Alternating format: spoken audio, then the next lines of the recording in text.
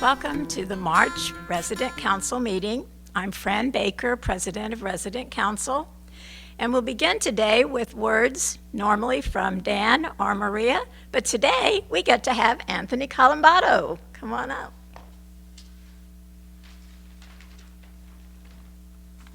All righty. Well, I wanted to make a couple of announcements of just some things that are happening around the village. First and foremost, today you probably saw that many of us were no longer wearing a mask around campus, and that is really due to the case rates that we're seeing in Jackson County. So I have noted we've dropped 92% in the amount of cases from 4 weeks prior, and we are below 5% for our positivity rate, which is the lowest we've been since May of 2021.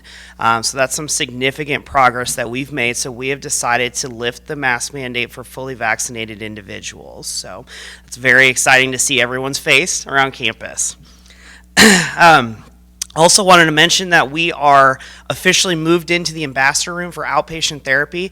We've seen a tremendous uptick in referrals and a great partnership between the fitness centers and outpatient therapy. And so we've had a lot of independent living residents that are utilizing outpatient therapy, and we're seeing some really good outcomes. So I would encourage you to either go to the fitness center or to outpatient therapy to have an evaluation if you would like to do that.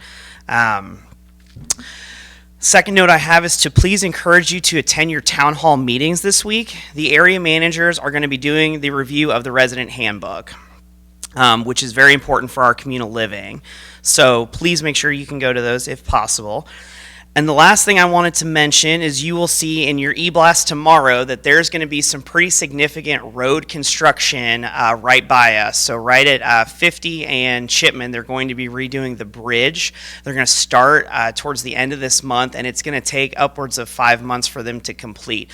So at one point, I think the first phase, they're going to be closing off the on-ramps and the off-ramps so they can work on those. Then they will be closing Chipman after that for a little bit while they repair the actual bridge. So we'll send a lot of communication out, but please be prepared for that as well. So, thank you.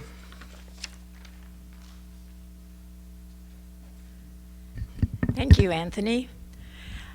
Next up, we have our standing committee reports, and we'll start with Joe Chase, and if you all will just go down the list and give your reports, please.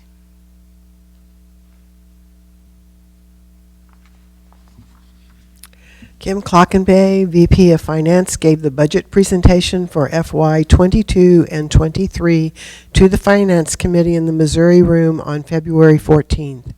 This has been a difficult year to do budgeting with COVID-19 and labor shortage issues, with places like Target paying significantly more for entry-level positions. In preparing the budget, it was felt JKV needs to at least be able to compete. The committee was presented a graph of the operating business unit trend lines going back to 2030.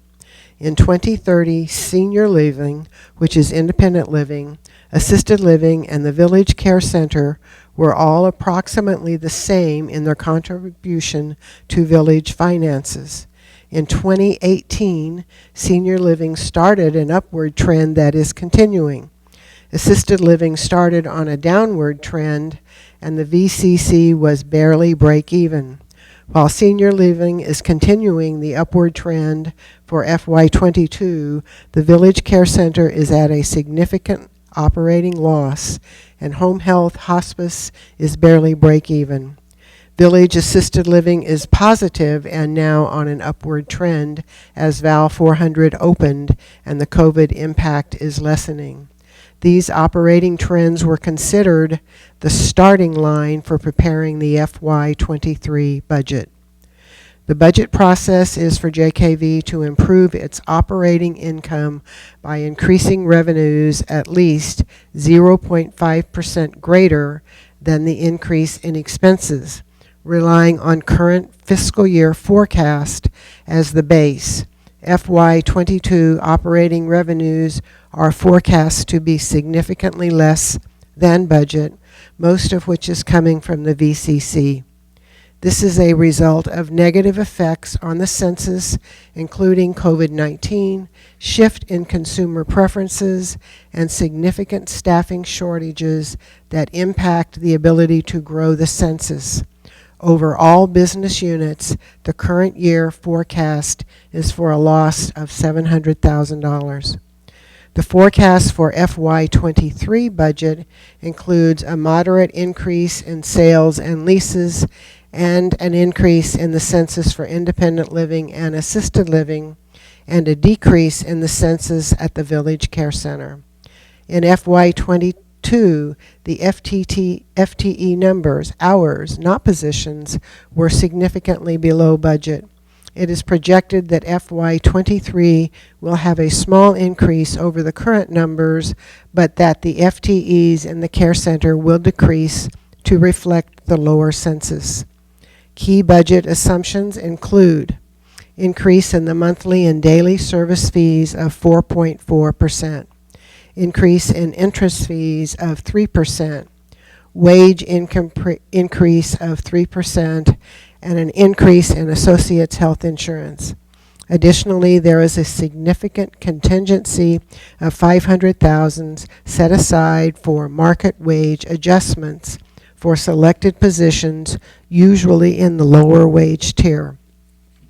It is projected that there will continue to be an operating loss in the VCC in FY23.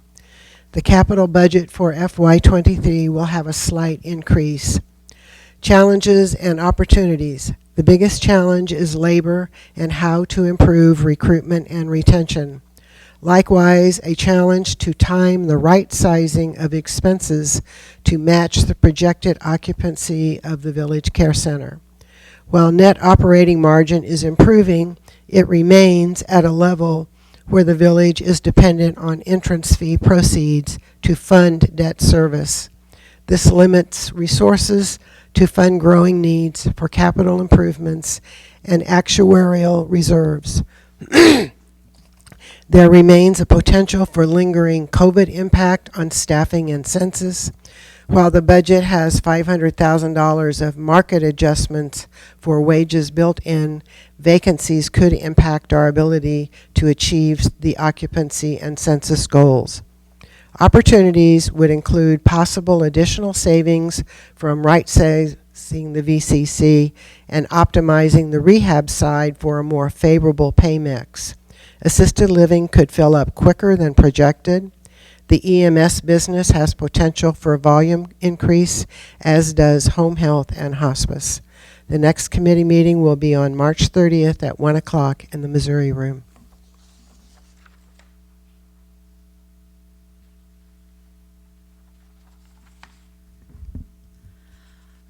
I'm Martha Wood, and Health Services Committee met on February 9th.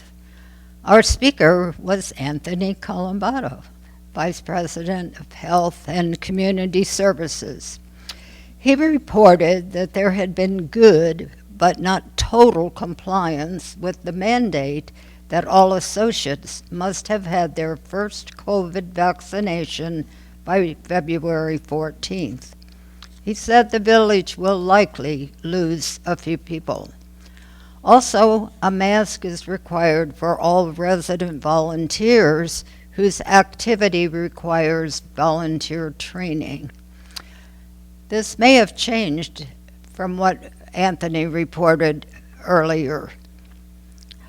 The Village Care Center Rehab Unit is accepting only John Knox residents due to staff shortages, so is currently at 20% of its normal census. Managers and administrators have been helping at the VCC.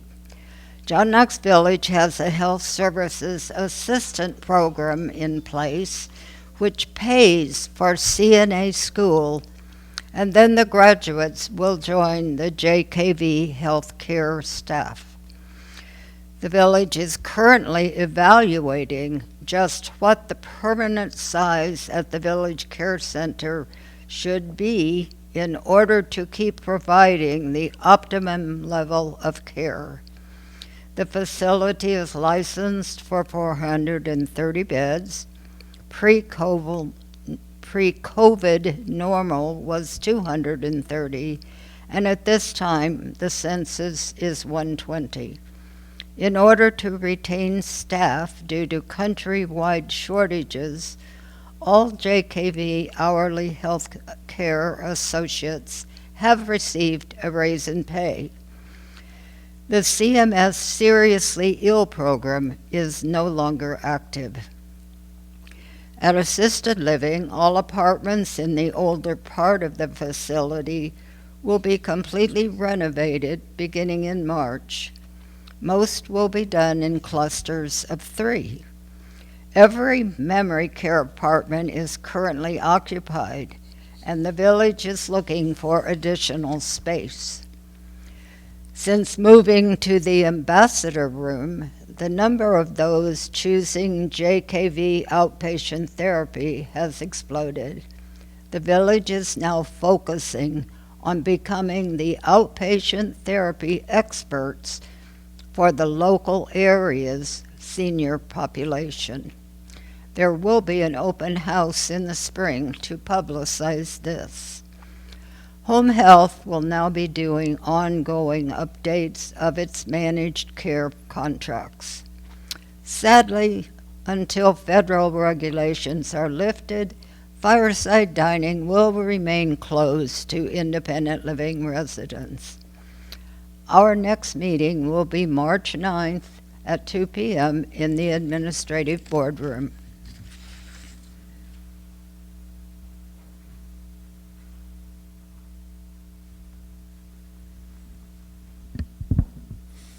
My name's Dick Erickson. I'm chair of the nominating committee.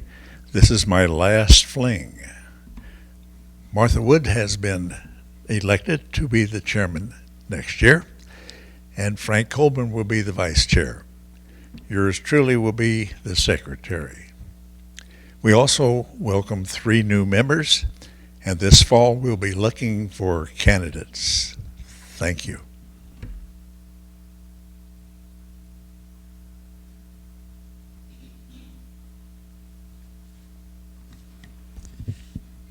I'm Margie Stoll, and I'm Vice Chair of the Resident Services Committee. Chair Carol Jennings reported that Resident Services Committee met on February 12, 2022. Maria Timberlake, Vice President of Senior Living, Diane Demarest, Board Liaison, and Eric Scott, Director of Operations and Development, were also present. Speaker was Margie Gray. Also present were 3 guests, Christy Webster, Fran Baker, and Martha Wood. Carol reviewed the list of members to see which would agree to another 2-year term. All present agreed, with the exception of Anna Margaret McGuire, Lynn Varvero, who have completed their 2nd term. Margie Stoll, who is moving to another committee. Maria mentioned the blood drive that will be held at John Knox Village on March 16th, due in part to the question Jack Wisely had raised at the January meeting. She also mentioned 2 articles reported in the Kansas City Star about the shortage of workers in the long-term care nursing home industries. Maria said that today, that was February 14th, is the last day for all associates to be vaccinated. There will be new rules from the CDC coming for associates in the care center. Margie Gray, a John Knox Village resident, presented her concerns about the many ADA challenges that a number of JKV residents face on a daily basis here at John Knox Village. Many concerns were mentioned, some being no cuts in sidewalks on many areas, lifts at pools work sporadically, doors that do not have automatic openers, etc. Maria and Eric spoke on how the village is responding to these concerns and how John Knox Village will try to address problems in the future. It was stressed that education about these types of problems is needed for both residents and associates. Roy Letzow spoke of his concerns with CCI and its many malfunctions. Maria says they have a contract with the company until 2023 or 2024, and the situation is quite complicated. Barbara Friedholm distributed a 2022 Missouri election calendar to all committee members. Our next meeting will be March 14th, 2022 at 9:30 a.m. in the Administration Boardroom. Thank you.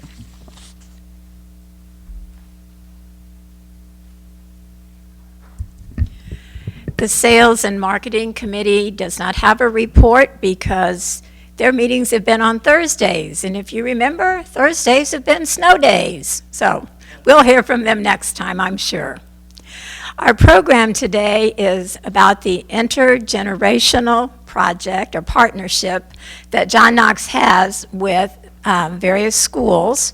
And today, Kelli Snell, Director of Life Enrichment, and some of her guests are going to explain that program to us. So, Kelli. Thank you, Fran. As it was explained, I'm Kelli Snell, Director of Life Enrichment at John Knox Village. I've been here 31 years, and I've seen these programs grow. UMKC and the mentoring program has been around as long as I can remember. We have had a former partnership with the school district called Partners in Education. I don't know if anybody was involved in that. And we did lots of different activities with different schools in the Lee Summit area. That has recently been re-energized, and I'm so excited to tell you about some of the things we're doing with that. And a new program last year we started doing with the University of Central Missouri, and it's called the VIP program, and it was wonderful last year, and there's so many neat outcomes of that I'm excited to tell you more about that. And we have a representative from UCM to tell you more here in a little bit. So again, who do we partner with? We partner with the Lee Summit School District, and more specifically, Lee Summit West. Excited to tell you about the Titans and some of the things we're doing with them. We partner with UCM in Warrensburg, and UMKC, the University of Missouri in Kansas City. So I want to tell you more about those partnerships, and I'm going to let them tell you, so each of them are here individually to share as well. Why do we do these partnerships, you ask? What are the benefits of them? Well, the first one is that we're educating future generations. You get to be a part of actually helping them learn and grow as they grow themselves. I've worked with seniors for so long, my whole career, and you guys have so much to share and so much background in different experiences that when you share those with these kids, you see them learn and grow as well. Stereotype busters. This works both ways. Young kids see seniors as old people sitting around and maybe knitting or not wanting to talk about future and current events, but instead they've each got so much to learn about each other. And it works the other way around too. Sometimes seniors see kids as don't care about future events and don't care about current events or just want to be on their phones. It's a great way to get to know these generations in a neat way. Building relationships. This is what I love about these programs the most. I've seen really neat relationships develop. I've seen people get to know each other from different generations and spend time together past the time that they're actually doing the program in the schools. And finally, community goodwill. We all know that John Knox Village's mission is to enrich lives and build community, and I can't see a better way to do that than these partnerships. Before I turn this over to each of the different areas, I want to say a special thank you to Jonathan from Lee Summit West and Rachel from UMKC and Joyce from UCM. Their passion for students is unmeasurable. It's been so fun getting to work with them and see what they can do, and these programs have just been uplifted because they are involved. So again, I know many of you have already been involved in these programs. I hope that you'll continue to be involved in these programs. What you're doing for young people is immeasurable, and you are helping shape them for the future. So I think we're going to start with Jonathan, if you want to come up from Lee Summit West High School.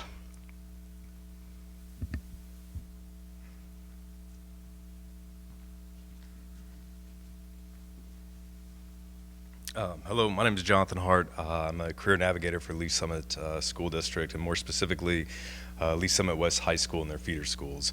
And what I'm going to do today is talk to you a little bit about Diploma Plus, which is a K-12 initiative where students are getting to learn about different career options, getting to learn about themselves, and then bringing in the community so they can get a better understanding of these options while bringing relevance to their classrooms.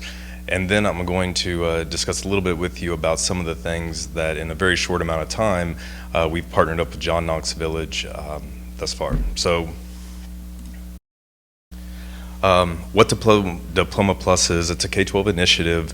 It's 3 sections. It starts off with Explore, Ignite, and then Experience. Explore is K through 5. And what we do with the elementary students is we do something called RIASEC. And what RIASEC is, it's 6 different personality traits that students can learn about and understand. And we don't identify the students, we just show them these different personality traits. And the reason we do that is because a lot of these personality traits directly translate into occupations down the road. So we identify with the students that they have all of these personality traits. We don't say that they're good or they're bad at any of them, but we do tell them, or we ask them which ones they enjoy the most and which ones that they have to work a little bit harder. So then at the next level, the 6th through 8th middle school, we do something called Ignite.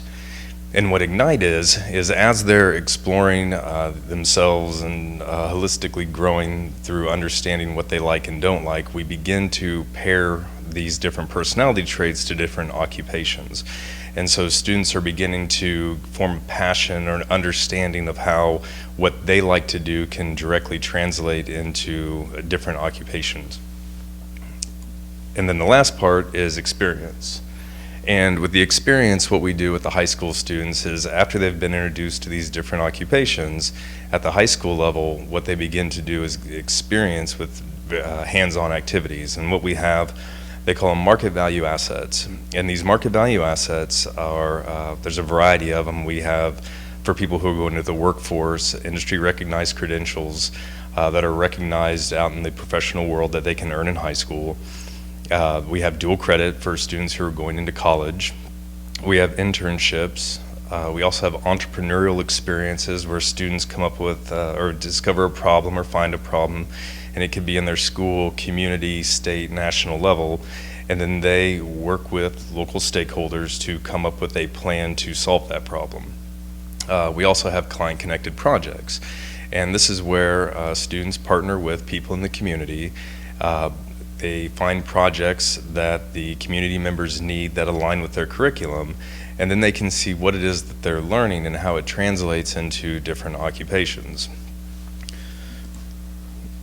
So a couple of the projects we've done, we did a marketing campaign for the World War I Museum where they were studying propaganda from that time period and then made materials that ended up being a call for action for volunteers, donations for the World War I Museum that they could use. We also worked with One Good Meal, which is a local organization here in Lee Summit where they provide meals for people who couldn't get out and get them. So the owner of that worked with our culinary classes and talked about menus. Students provided food for that organization. Angel Flights is an organization that provides flights for people who need medical care outside of the state who otherwise wouldn't be able to get it. And so we had our junior ROTC program come up with flight plans to help that organization be able to facilitate those flights. And then with the Negro Baseball Museum, we used our broadcasting class and our history class and put together a 7-part series for them to, 7-part series podcast that they could use on their website and give to their the people who follow or fans. Now, things that we've done with John Knox Village, we had a student who is putting together a volunteer drive and trying to drum up volunteers to come and help at John Knox Village. We did a VIP night, and that is where residents from John Knox Village are being invited to come to different activities, sporting, theater, where we have liaisons, students who will sit with and get goodies for. We had a group come to a basketball game and they got popcorn and shirts. had their own VIP section. They even got announced during the game. They got to sit right behind the basketball team. We have an orchestra performance coming up soon where members of the Lee Summit West Orchestra who are going to competition will be coming here to play their ensembles for the residents. We have an IT tutoring that we're putting together right now, and that's going to be in April, where residents who have questions about different platforms or IT stuff, tablets, we're going to work with our IT students, and they're going to put together a tutoring, and they're going to come and help people figure out their tablets and cell phones and applications. And then we did something really cute with our Hawthorne Elementary. They provided, hopefully a lot of you got these, they made a video wishing everybody a happy Valentine's Day, and then they also made goodie bags for some of the residents. So that is some of the things that we're doing. It's been very exciting. Here we came up with this about 5 months ago, and we've already had some great success. I'm really looking forward to the opportunity to partner more with John Knox Village. So I went to the basketball game and the Titans won, woohoo! So that was a fun event and the kids were awesome. They really did great things for us and took care of us, and it was really nice getting to spend time with them. It was a great experience. And then also, I saw the Valentines being handed out at the assisted living facility, and that brought some real big smiles and a few tears, actually. So already this partnership is off to good things. So next, we have the Virtual Intergenerational Project, and Dr. Joyce Chan from UCM will come up and tell you more about that. Well, hello everyone. My name is Joyce Chan, and I think that some of you participated in VIP, right? I know Mr. Erickson, and so I'm excited to meet you in person. And let me tell you a little bit about the VIP program. We are a new program. And then this is all started in the terrible early pandemic, and my students are human development and family science students, master degree. And we learned about human development, right? We know it's a lifelong experience, and then students are looking for opportunity to learn more about intergenerational skills, and also to make connection, and also that because my students feel like very lonely, really, a lot of time isolated, they couldn't go out to you know what I mean. Okay, all right. So with some help with my 16-year-old at the time, that because she was a Girl Scout, and then she has always have connected with John Knox through Girl Scout, with memory book, bingo, and different times. So that my girl, we live here in Lee Summit, so we have always been very connected with John Knox, and then, I borrowed her idea, and then, because I think my student can really benefit, and I called John Knox, and I want to tell you that you're in such great hands. Everyone I have contacted are so professional and loving and caring, because although that this is a great opportunity to work with intergenerational, right, opportunity. But, lovely Kelly, that it's very nice, and then, also they want to make sure I'm legit, right? I kind of have to submit my resume and make sure it's okay, and then also that I need to screen, she met with my student virtually to make sure my students are okay. We follow the John Knox volunteer, training, and then they have their train for confidentiality and different things. So I feel like you are in very good hands. You have great step, care tremendous about you, about your happiness. So this program is really the enhancing the. So how does this program go? So it's like a virtual pal. It's like a pen pal, but not really. But virtually because of pandemic. So my students volunteer to participate, and wonderful people also volunteer to participate, and with help from Kelly, then we try to match students with a VIP that based on common interest. For example, that one of my students that requested that to have someone that hopefully that to have someone have study abroad experience, love music, veteran status, the military experience, so that we try to match them. So the students meet with the residents about 3 to 6 times virtually. It's all virtually. So really that went through like childhood. Now we have some questions so for people to talk about, but it really is not limited to that. It's really my students were instructed, whatever your VIP want to talk about and willing to share, you follow their lead. And then so the student at the end of the project, the student made kind of a digital book, and then I know that the VIPs that gave that book as a gift to family member. So okay, all right. So let's go to the is that this one? Okay, all right. So it's really to promote intergenerational understanding, and I want to tell you that my students have learned so much, and they rated this as the most enjoyable and most rewarding and fun activities. In fact, 100 of my students, well, we have a small sample. We have about 11 students and about like a 15 VIP, because I think when my students sign up, they did not realize a lot of time that that one person signed up, but it may mean like a couple also sign up as well. So we have about like 15 VIPs and about 11 students, and 100% of my students rated 100% like they love this program. That because my question was whether I should continue to create for this program, right? Because this is really costing Miss Kelly time, right? And in my time, and we want to make sure it's beneficial. My students say yes, 100%. Okay. And then in terms of the things they would have liked differently, and everyone talk about, well, I wish we could meet in person, but that wasn't possible, like during pandemic, and then the virtual is okay, but it's not the same as in person, and that's what they would like have done differently. And then what they love is they feel they have learned so much from VIPs, and then they have really debunked some of their stereotypes. They feel hopeful about futures, and they actually, a lot of them found that we have more in common than differences, despite 40 years differences. So that so I really we're doing this again. Can I do some promotion as well? Okay.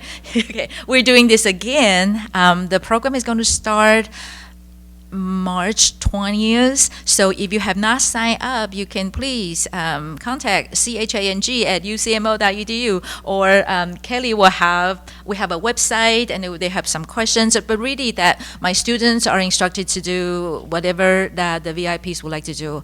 And I'm really appreciative of this opportunity, because I feel that I have worked with John Knox from other capacities, but really that every staff has been so caring, and then that really it's really convey a lot of love and affection, and they're very protective of the resident. And they check, like, make sure the student know this, can student do this, and they want to make sure this is successful. And then whether that you can withdraw anytime if students are rude, they say, oh yeah, you can. There's no string attached. But thank you so much for the opportunity. So if you have more questions, please let me know. Thank you. Yes, I got to talk to some of the students following this program last time, and my goodness, they enjoyed it so much, and they learned so much, and they told such fun stories, and they said, I didn't know this about older adults. And it's a short-lived program, and you get to take a book home. They ask you some questions, they fill it out, they get it ready for you, and you can give it to your family. So we don't have any volunteers yet, so call me or email me, and I will get you signed up for the next session. Last but not least, I have Rachel Hogan here with UMKC Mentoring Program. She's got a lot to tell you about, and again, there's a rich history with this program. I was in PR before I was the director of Life Enrichment at John Knox Village, and I remember talking to the media about it 25 years ago. It's a wonderful program that survived the test of time, and we get to shape future doctors. I can't think of anything more exciting. So Rachel, your turn.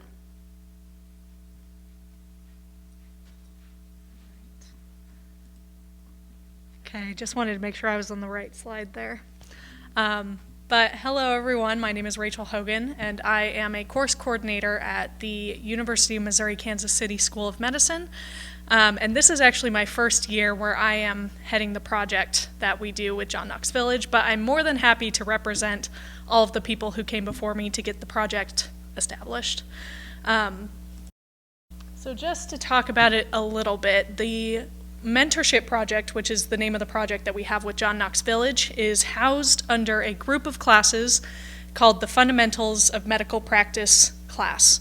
And there are 4 of them, and the students who work with John Knox Village are in their 2nd class, so they are at the end of their 1st year of medical school.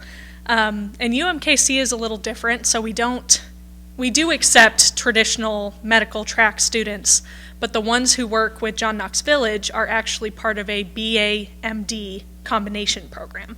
So these students, while in their 1st year of medical school, are actually usually just out of high school, if not just having 1 year of college under their belt. So they're quite a young group of prospective medical students. But the objectives that we have for these courses, you can see on the slide, is we're trying to teach medical professionalism, physician-patient relationships, and consideration for different subsets of populations. So we're trying to teach our students how to look, think, and act like a doctor, and what better way can you do that than meeting and building a relationship with a member of your community. So just to talk about the logistics of the program, every single year we have about 110 students in this class, and then we usually are able to garner about 30 to 40 mentors. Many of them are sitting in this room, and we're very grateful to all of you who participate. And moving forward, definitely willing to accept more mentors for the project next year. But what we do is we match students with mentors, about 3 or 4 to a group, and then over the course of the semester they have to meet with their mentor 6 times and ask them about their life experiences or their opinions on certain things or what the process of aging is like, which is particularly relevant for medical students to learn, assuming that they are going to be working with people in the future where aging is a part of their life experiences. But ultimately, we also hope that our students build a relationship that can last, and that's an important part of becoming a doctor that we hope our courses are able to implement for our students. Because it's one thing to know all of the medical knowledge, it's another thing entirely to be able to connect to someone on a personal level. And our objectives for the project specifically with John Knox Village are to understand aging as a biological, psychological, social, and cultural process, and also let our students apply the professional skills that they learn in class, interviewing, active listening, engagement, those types of skills. And as Kelli mentioned, our program has a very rich history with John Knox Village. There's a little bit of discrepancy because it's been so long with when the program actually started. Our people at UMKC said the year 2000 is what they thought. John Knox, I've heard people say it started in 2001, so there's a little bit of discrepancy there. But all I know is that the program has been around longer than our current students in the program have been alive. So I think that's just a fun fact. But if we calculate the impact that this program has had between John Knox Village and UMKC, assuming that there's about 110 students every single year, we're looking at over 2,000 students that have come from UMKC School of Medicine to John Knox Village, and I think that's a really incredible number. And then I also was able to meet with a couple mentors this year and did hear that there have been several relationships that were impactful and also lasting throughout all of the years that we've been doing this program. And I don't get to hear a ton of mentor feedback about this project because I don't send you guys a survey. Maybe I should. Maybe that's something I should do moving forward. But my predecessor did leave several comments behind from years past, things that mentors have said about the program. really enjoying working with the students, privileged to be a part of the program, and that's really good to hear, because as much as we want our students to hit those learning objectives, we just as much want the mentors to get a fulfilling experience out of it. But something I definitely wanted to share, I don't get to survey all of the mentors, but I do hear from the students every single semester. And I thought you might enjoy hearing what some of the students have said in the past. So we've got some quotes on the screen, and I'll just angle myself, if that's all right, to read them. One student said, "I felt that the mentor project in our fundamentals class was very beneficial, as it taught us how to interact with our mentors appropriately and how to practice certain skills, such as taking a social or medical history. This project also allowed us to learn how to create a genuine relationship with our mentors and learn about the aging experience." And then we had another student say, "Learning about interviewing methods and nuances with different patient populations was very helpful, and the Aging Mentor Project allowed the students to practice interviewing skills and get to know another person in the community." And then the last one I included was, "I also enjoyed the course mentor experience and learned how important the process of aging is physically, mentally, and spiritually." And that's what I have for you guys. This is a wonderful program that has stood the test of time, and I think it's a testament to how valuable these intergenerational relationships can be, not just to education, but in meeting our needs as humans to connect to other people.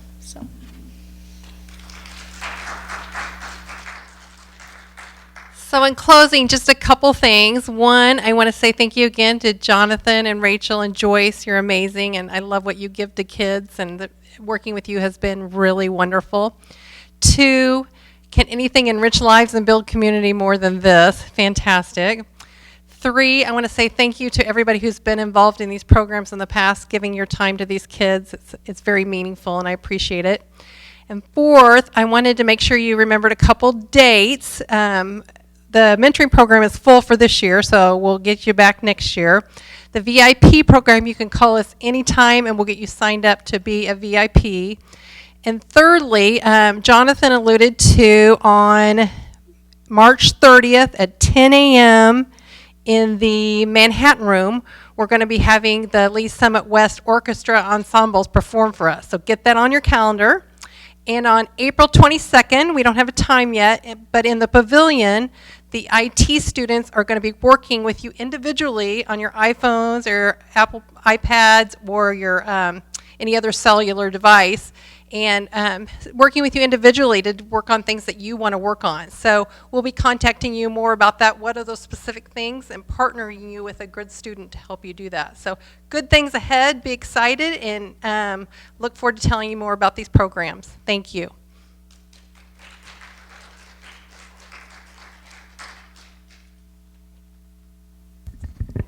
Thanks again to all of you. There was a lot of information, and it's very exciting. Our next resident council meeting will be April 4th here at 2 o'clock in the Courtyard Community Center. We hope to see all of you in person, so watch your emails, watch the news and everything to find out for sure, but we're planning to have it in person. At that time, Chaplain Paul Budd and Chaplain Jim Tolliver will tell us about the programs that they oversee. So thank you for joining us again. We'll see you next time.